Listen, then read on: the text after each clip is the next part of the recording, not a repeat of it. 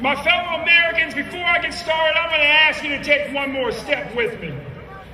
We've come too far to be turned back now. As Reverend Jackson says, the water's high, but you don't drown unless you stop kicking. And we've got to keep on kicking.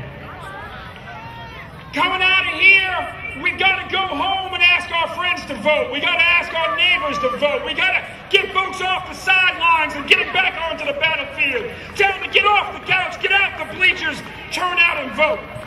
So right now, take out your cell phone, brothers and sisters. Take out your cell phone. And I want you to text VOTE, text VOTE to 62227. Text VOTE to 62227. All right, and now I ask you, brothers and sisters, to turn to the person sitting next to you, turn to the person on your left, turn to the person on your right, and say, you are my fellow, you are my fellow, you are my fellow, you are my fellow activist, you're my fellow American, you're my fellow labor leader, you're my fellow Christian, you're my fellow Muslim, you're my fellow Jew, you're my fellow member of this country. Say, you're my fellow American and I love you. You're my fellow American and I will fight for your family like it's my own. One nation working together. American families, future like God, liberty, and country. Those three words are among the most powerful in our nation's collective vocabulary.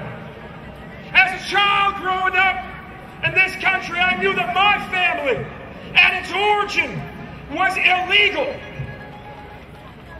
And yet very much like the great American family of which we are all a part. You see, on one side, we descended from white Puritans and more recent immigrants. On the other side, we descended from Native Americans and black slaves turned statesmen.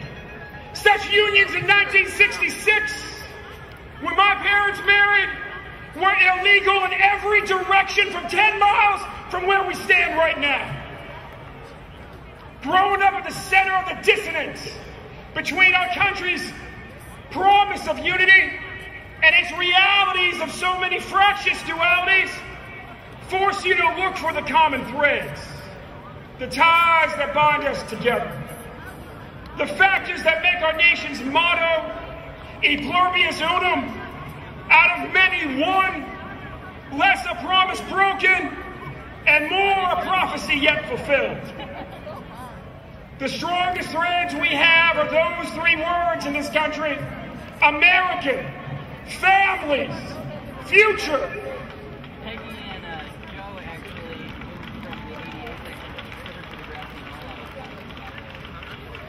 Whether we were born here or whether we sacrificed everything to be here, what makes us most American, from the Gulf of Mexico to the green and white mountains of New England, from St. Mary's Church in Harlem to the fields and farms of Monterey County, is our commitment to persevere in the face of great odds, not just to secure our family's future, but that of our neighbors too. Because we know our national destiny is to move ever forward, never backwards. Ever forward, never backwards. Ever forward, never backwards. Ever forward, never backwards. As a great American family, when we hit times in which more and more of us live in daily fear of foreclosure, more and more of our teachers, our nurses, our firemen, and our police officers are getting laid off, and more of our students are coming home, not because they graduated, but because we are broke.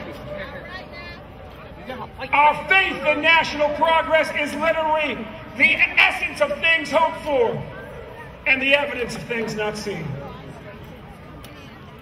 As American parents, this faith is forged in a tradition most dear to us, the one that has ensured for centuries that every generation will do better than the last. As an American people, what is greatest about our history are the many times we have led this world away from hate and towards hope.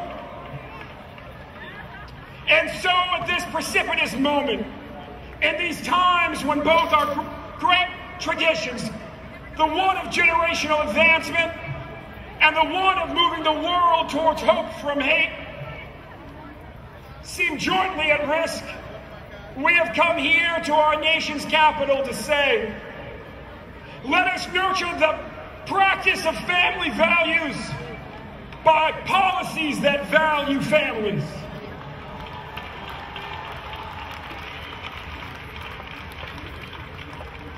Let us invest less and less in taxes for the richest 1% and more and more in jobs and schools for the other 99%.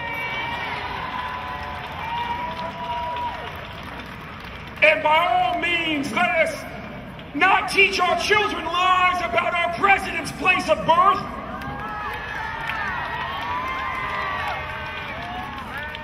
Or that of any other American, any other person in this country.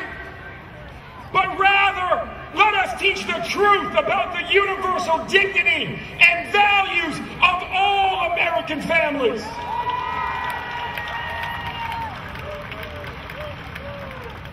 And most importantly, as we stand here in the shadow of a monument to our nation's greatest uniter, in this moment when so much is at stake for our families and for our children, let us come together in the name of God, of liberty, and of country to ensure that jobs, justice, and education are and remain at the top of our nation's agenda.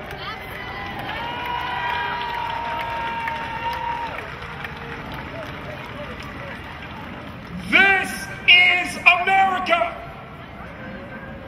We are one nation, indivisible, with liberty and justice for all. So it is written, so it must be. One nation, one nation, one nation, one nation, one nation.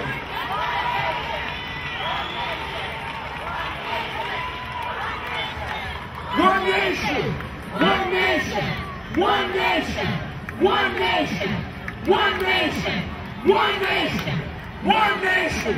May God bless all of you. May God bless the NAACP. And may God bless America.